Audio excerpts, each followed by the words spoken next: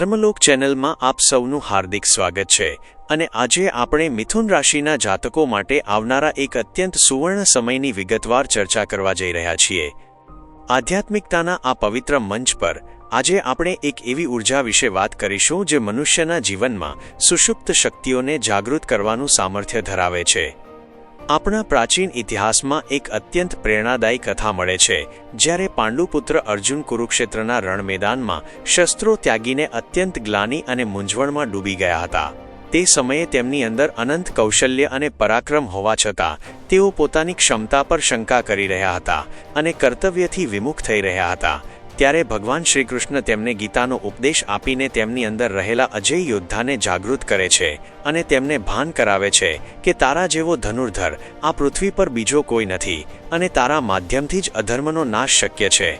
કૃષ્ણના એ શબ્દોથી અર્જુનનો આત્મવિશ્વાસ પુનઃ પ્રગટ થાય છે અને તેઓ ગાંડીવ ઉઠાવીને અશક્ય જણાતા વિજયને પણ પ્રાપ્ત કરી લે છે।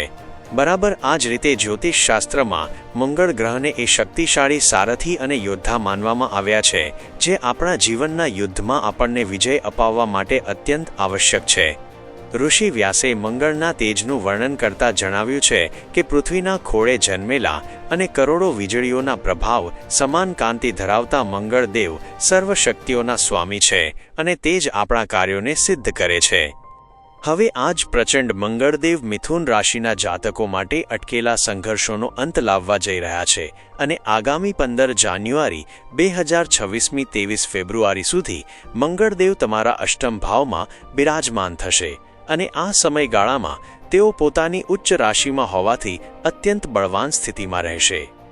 અષ્ટમ ભાવ ઘણીવાર જીવનમાં આવતી અચાનક મુસીબતો કે અવરોધોનું પ્રતીક ગણાય છે, પરંતુ જ્યારે મંગળ જેવો યોદ્ધા ગ્રહ અહીં ઉચ્ચનો થઈને બેસે છે ત્યારે તે મુસીબતો સામે લડવાની અદ્ભુત ક્ષમતા આપે છે।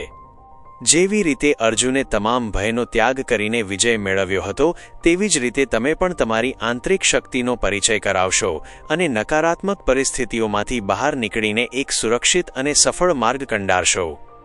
આ સમય તમારા માટે માત્ર મુશ્કેલીઓનો અંત નથી, પરંતુ એક નવા અને સકારાત્મક અધ્યાયની શરૂઆત છે અને મંગળની આ સ્થિતિ તમને જીવનમાં એક એવું સુરક્ષા કવચ આપશે જે તમને કોઈપણ પડકાર સામે અડીખમ ઊભા રહેવાની હિંમત પૂરી પાડશે। તમારા આર્થિક અને વ્યવસાયિક જીવનની વાત કરીએ તો આઠમે બેઠેલા મંગળની ચોથી દ્રષ્ટિ તમારા લાભ સ્થાન પર પડે છે, જે અત્યંત શુભ ફળદાયી ગણાય છે અને કલ્પના કરો કે કોઈ વ્યક્તિએ વર્ષો પહેલાં કોઈ જમીન કે મિલકતમાં રોકાણ કર્યું હોય અને હવે તેને અપેક્ષા કરતાં અનેક ગણું વળતર મળવા જઈ રહ્યું હોય। જે લાભ અત્યાર સુધી માત્ર તમારા વિચારોમાં જ હતો તે હવે હકીકતમાં પરિવર્તિત થવાનો સમય આવી ગયો છે અને વ્યવસાયમાં જો કોઈ સોદો લાંબા સમયથી લટકતો હોય અથવા કોઈ મોટી તક તમારી નજર સામે હોવા છતાં તમે તેને ઝડપી શકતા ન હોવ તો મંગળની આ દ્રષ્ટિ તમને એ તક પૂરી પાડશે। પ્રગતિના માર્ગમાં જે ગતિરોધ હતો તે હવે દૂર થશે અને તમે ઉન્નતિના શિખરો સર કરવા તરફ આગળ વધશો તથા આ સમયગાળો સાબિત કરશે કે તમારી મહેનત ક્યારેય એળે જતી નથી અને યોગ્ય સમયે ભાગ્ય પણ તમને સાથ આપવા માટે મજબૂર બને છે।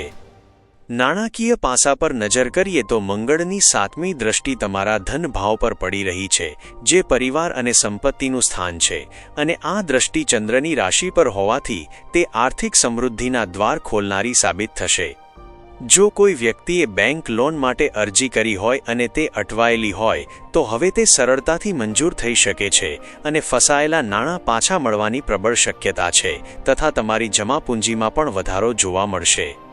કુટુંબમાં જે રીતે કોઈ મોટા વડીલના માર્ગદર્શનથી શાંતિ સ્થપાય છે તે જ રીતે પરિવારના કાર્યોમાં તમારી ઊર્જા ખર્ચાશે અને ઘરનું વાતાવરણ માંગલિક બનશે તથા તમારી વાણીમાં એક પ્રકારનું ગંભીર તેજ આવશે જે તમારી સામાજિક પ્રતિષ્ઠામાં વધારો કરશે। મંગળ તમને આર્થિક રીતે એટલા સક્ષમ બનાવશે કે તમે ભવિષ્યની યોજનાઓને ચોકસાઈપૂર્વક અમલમાં મૂકી શકશો। ભગવાન શિવે મંગળને એક વિશેષ 8મી દ્રષ્ટિ પ્રદાન કરી છે, જે સીધી તમારા પરાક્રમ અને સાહસના ભાવ પર પડી રહી છે અને આ સ્થાન પર સૂર્યની રાશિ હોવાથી મંગળ અને સૂર્ય વચ્ચેનો મિત્રતાભર્યો સંબંધ તમારામાં ગજબનો ઉત્સાહ ભરી દેશે। જે જાતકો સંશોધન ક્ષેત્ર કે ગુપ્ત વિદ્યાઓ સાથે જોડાયેલા છે તેમને આ સમયગાળામાં અચાનક મોટી સફળતા મળી શકે છે અને તમારા પરાક્રમમાં વધારો થશે તથા તમે જે નવા સાહસો શરૂ કરવાનું વિચારી રહ્યા હતા તેમાં હવે તમને સફળતાની ખાતરી મળશે. મંગળ છઠ્ઠા ભાવના સ્વામી હોવાથી નોકરીમાં પણ કોઈ સુખદ પરિવર્તન આવી શકે છે અને શરૂઆતમાં કદાચ થોડી ભાગદોડ લાગે, પરંતુ અંતે તમને તમારી મહેનતનું યોગ્ય પરિણામ ચોક્કસ મળશે. આ સમય અદ્ભુત સિદ્ધિઓ પ્રાપ્ત કરવાનો છે અને આધ્યાત્મિક રીતે પણ તમે વધુ પરિપક્વ બનશો. આ શુભ સમયનો મહત્તમ લાભ લેવા માટે ઈશ્વરની આરાધનામાં મન પરોવવું ખૂબ જ જરૂરી છે અને ગીતાનો પાઠ અથવા મંત્ર જાપ કરવાથી તમારી માનસિક શક્તિમાં અનેક ગણો વધારો થશે, જે તમને સાચો નિર્ણય લેવામાં મદદરૂપ થશે. એક નાનકડો પણ પ્રભાવશાળી ઉપાય તરીકે તમે મંગળવારના દિવસે બપોરના સમયે કોઈ માટીના સ્થાન પર એક તાંબાનો સિક્કો અથવા નાનકડો સિક્કો દાટી શકો છો અને એક સપ્તાહ બાદ તેને બહાર કાઢીને પવિત્ર ભાવે તમારા પાકીટમાં રાખી શકો છો. આ ક્રિયા તમારી ઉર્જાને પૃથ્વી સાથે જોડીને તમને સ્થિરતા પ્રદાન કરશે અને આશા છે કે મંગળનું આ ગોચર તમારા જીવનમાં નવી રોશની લઈને આવશે. જો તમને આ પ્રસ્તુતિ હૃદયસ્પર્શી લાગી હોય તો ધર્મલોક પરિવારનો હિસ્સો બની લાઇક અને કોમેન્ટ જરૂર કરજો તથા આપનો આગામી સમય વિજયી અને મંગળમય રહે તેવી પ્રાર્થના.